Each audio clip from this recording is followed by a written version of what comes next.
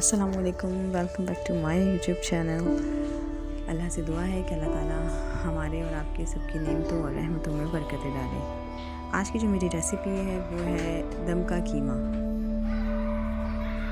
इसमें हम जो है सबसे पहले अनियन के स्लाइसेस करेंगे। इसको सबसे पहले हम बीफ मिन्स को जो है वो मैरिनेट करने का मैं आपको प्रोसीजर बताऊंगी, जिसमें हम अनियन स्लाइसेस को ऑयल में फ्राई करेंगे लाइट ब्राउन।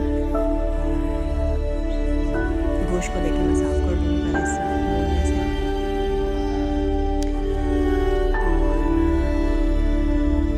और आप चाहें अगर आपको बहुत बारीक कीमा नहीं पसंद तो आप हाथ का कीमा जिसको कहते हैं वो भी बनवा सकते हैं बाहर से।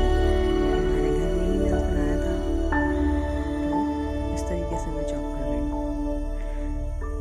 उसके बाद जो है आप कीमे को मैरिनेशन के लिए बॉल में डालेंगे। उसमें हमने जो अनियन ली है उसको दही के साथ उसका पेस्ट बना लेंगे। दही हमें 1 कप यूज़ करनी है। पहले मैंने थोड़े से दही के साथ प्याज़ों को पीसा है।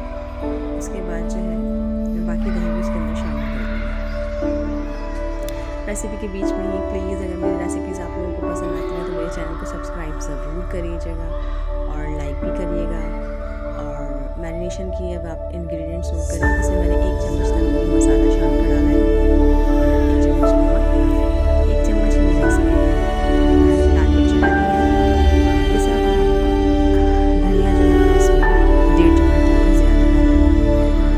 1 नींबू का टुकड़ा डाला है और मसाला भी पिसा हुआ डाला है। इसमें 1 चम्मच डाला है। इन तमाम चीज़ों को हम अच्छी तरीके से मिक्स कर लेंगे पहले। मिक्स करने के बाद हम इसको मैरिनेशन के लिए 2 घंटे फ्रिज में रख देंगे।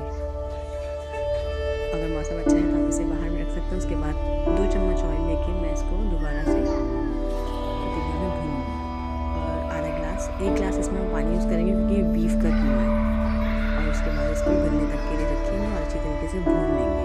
उसके बाद हम इसमें कोयले का धुआं लगाएंगे। वो इस तरीके से लगाते हैं, कोयले को अच्छी तरह चूल्हे पर गर्म करके लाल कर लें। फिर उसके ऊपर हम ऑयल डालेंगे तो उसमें से स्मोक निकलेगी। इस तरीके से हमारे मज़ेदार दम का कीमा तैयार है।